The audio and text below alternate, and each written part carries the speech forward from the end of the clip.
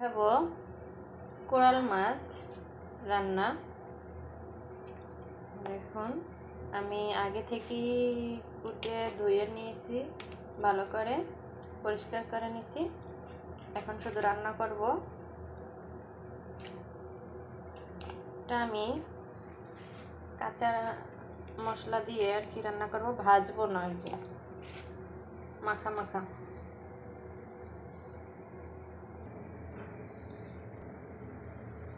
প্রথমে আমি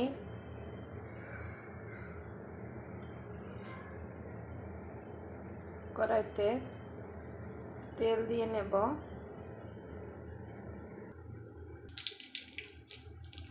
পরে আমি মশলা অ্যাড করব, পেঁয়াজ বাটা, রসুন বাটা,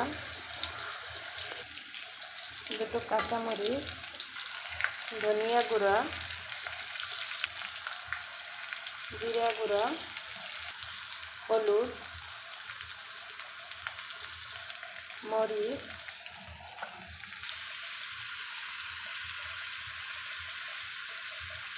সামান্য মরিচ দিয়ে নিচ্ছি।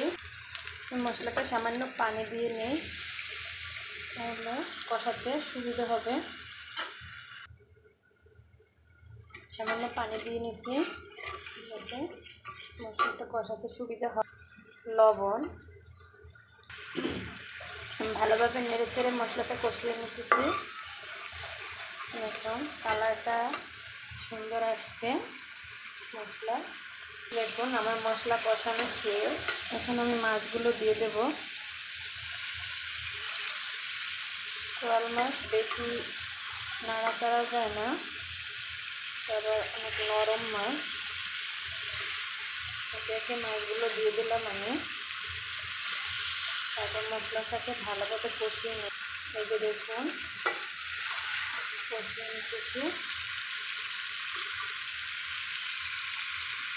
তারপর আমি পানি দিয়ে দেব ভালোভাবে রান্না হওয়া।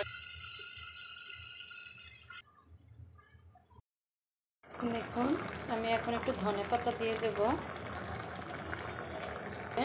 নামানোর আগে আমি ধনেপাতাটা দিয়ে দিয়েছি। শীতকালে ধনেপাতাটা দিলে সব তরকারি মজা হয়।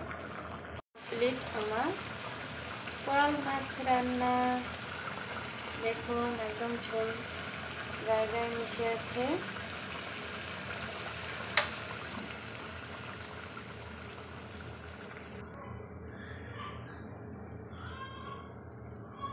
Thanks everyone.